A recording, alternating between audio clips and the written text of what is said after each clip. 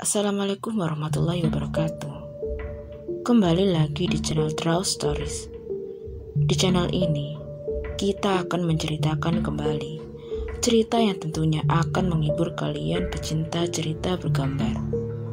Untuk itu, bagi kalian yang suka video ini, klik tombol like dan subscribe, dan aktifkan lonceng notifikasinya, agar tidak ketinggalan video-video terbaru berikutnya.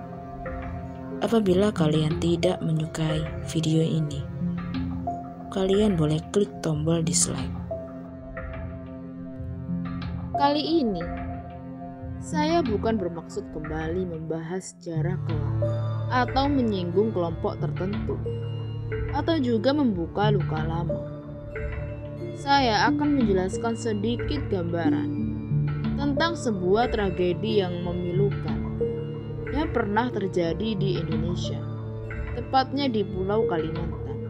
Pada tahun 2001, tragedi ini dikenal dengan sebutan Perang Sampit. Perang Sampit atau konflik adalah pecahnya kerusuhan antara etnis di Indonesia. Berawal pada Februari 2001 dan berlangsung sepanjang tahun itu. Konflik ini dimulai di Sampit, tempatnya Kalimantan Tengah, dan akhirnya meluas sehingga ke seluruh provinsi termasuk ibu kota Palangkaraya. Konflik ini terjadi antara suku Dayak dan imigran Madura. Konflik tersebut pecah pada tanggal 18 Februari 2001. Tragedi ini dilatar belakangi karena adanya ketidakcocokan antara kedua etnis yang menyebabkan banyak terjadinya perselisihan. Suku Dayak sebagai penduduk yang menirukan adat pahlawan nasional dari Kalimantan kerap tersisihkan sepak terjang. Orang Madura sebagai pendatang yang sering kali dikatakan tidak menyesuaikan diri dengan bumi tempatnya berpijak. Suku Dayak berulang kali harus berpindah tempat karena desakan penebang kayu yang masuk ke hutan. Belum lagi adanya larangan untuk menambah di tanah mereka, di tanah asli mereka. Juga berbagai sektor perekonomian dan kehidupan yang dikuasai orang Madura. Lemahnya penegakan hukum terhadap orang Madura yang melakukan kejahatan terhadap orang Dayak, sehingga terkesan hukum berat sebelah. Perselisihan ini semakin memanas karena terbunuhnya seorang warga suku Dayak yang bernama Sandong, dibunuh beberapa warga Madura. Sebenarnya, kasus ini pun sudah ditangani pihak kepolisian. Namun karena dinilai terlalu lama, pihak keluarga korban merasa tidak puas dan melancarkan serangan ke rumah warga yang diduga sebagai pelaku yang bernama Matayo, hingga menyebabkan tempat penghuni rumah tewas pada 18 Februari 2001. Dini hari, serangan itu pun menuai aksi balas dendam dari sekelompok warga Madura. Mereka kembali mendatangi rumah seorang warga Dayak bernama Temil yang diduga menyembunyikan salah satu pelaku penyerangan. Namun saat itu, Temil sudah berhasil diamankan polisi. Tetapi warga Madura yang tak puas langsung membakar rumah dan menyerang rumah kerabat Temil hingga menewaskan penghuninya. Peristiwa inilah yang kemudian menyulut konflik yang lebih masif antara etnis Dayak dan Madura di kota Sampit. Selama 2 hari sejak penyerangan rumah Matayo, orang Madura berhasil mendominasi, bahkan berani melakukan sweeping terhadap permukiman warga Dayak, sehingga berita ini menyebar dengan cepat di telinga orang Dayak seluruh Kalimantan, sehingga situasi terbalik pada tanggal 20 Februari ketika sejumlah besar orang Dayak dari luar kota berdorong ke kota Sampit, hingga akhirnya konflik secara terbuka pun tak dapat dielakkan. Berbagai senjata tradisional seperti mandau, tombak, sumpit, bahkan senjata api rakitan yang mereka sebut sebagai dum-dum dijadikan senjata untuk melawan perlawanan terhadap warga etnis Madura. Sementara itu, warga etnis Madura sendiri menggunakan celurit dan sebuah ban rakitan sebagai senjata tandingan.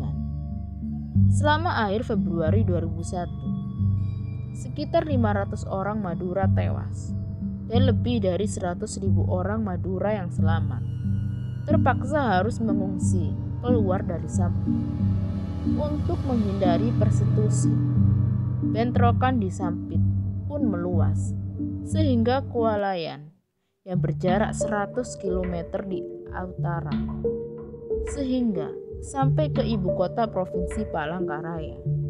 Dalam beberapa minggu, pejuang-pejuang Dayak melanjutkan kampanye pembersihan etnis mereka ke Sewantero Tengah hingga sampai ke Yung, Jalan Raya Kalimantan, dan juga sampai di Palangkaraya pun di barat.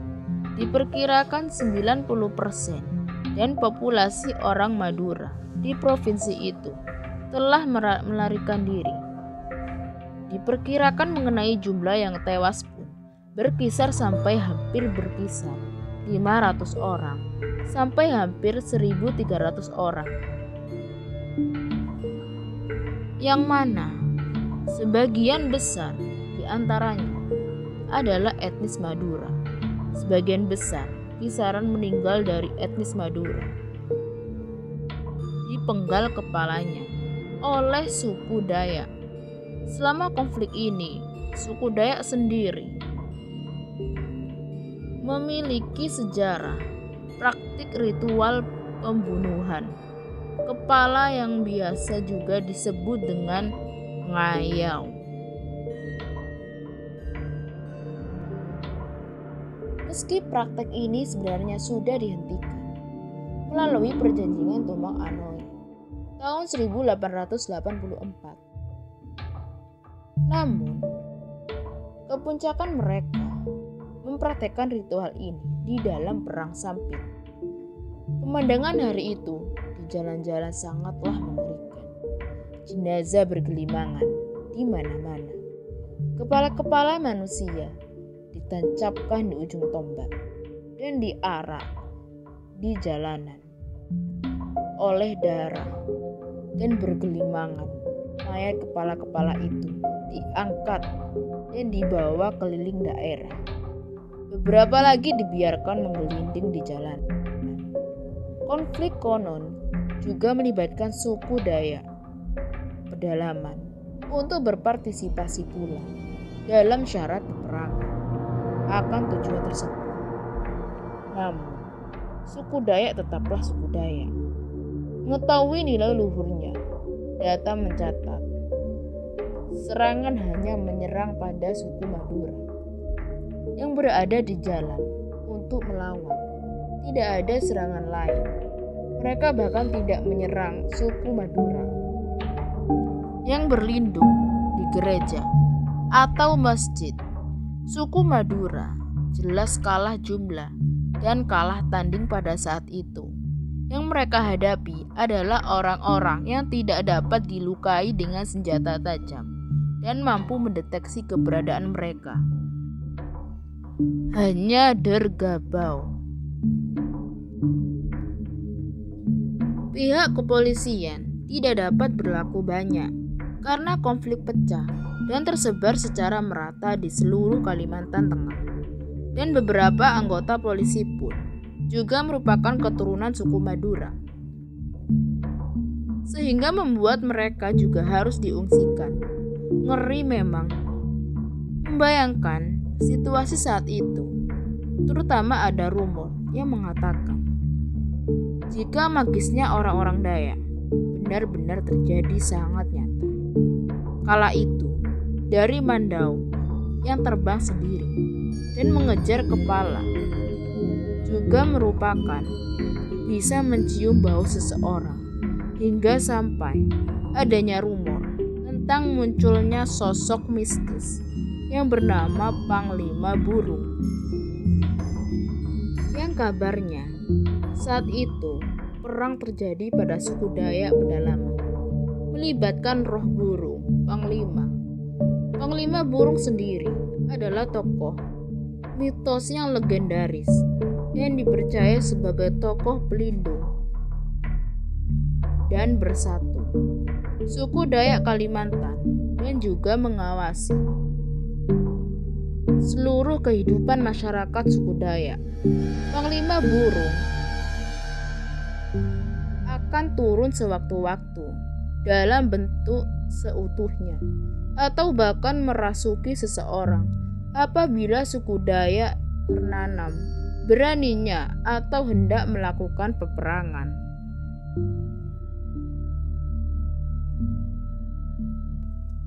Dalam kerusuhan ini, versi di Intel Kalimantan Tengah mengatakan ada sekitar 1.192 rumah yang dibakar, 16 mobil, dan 43 motor.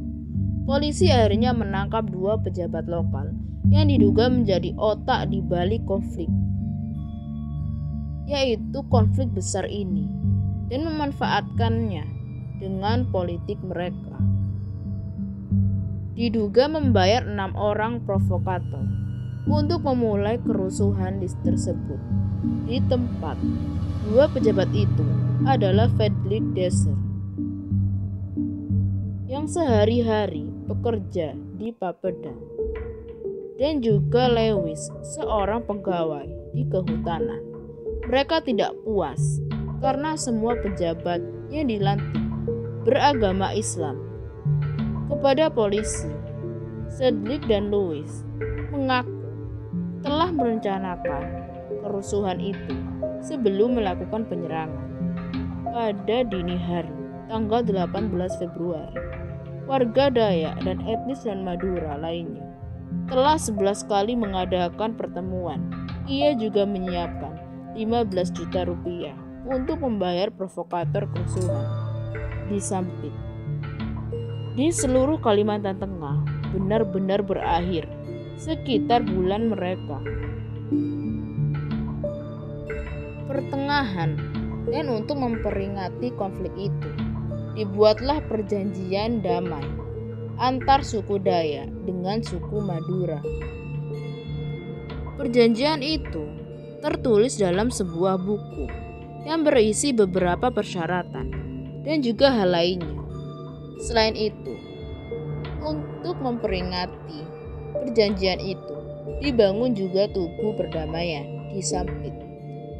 Di Sampit kiri menjadi kasta yang damai. Sejarah penduduknya juga rukun.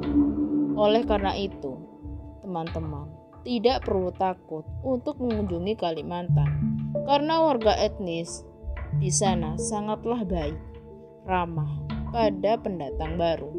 Yang terpenting agar teman-teman tidak melanggar pantangan dan taat terhadap norma-norma yang berlaku. Terlepas dari ini, apapun yang terjadi pada saat itu, kita semua sangat berharap agar kejadian itu sempat tidak terulang untuk kedua kalinya. Sekian, mohon maaf sebesar-besarnya. Jika ada salah kata, silahkan berkomentar di kolom di bawah ini.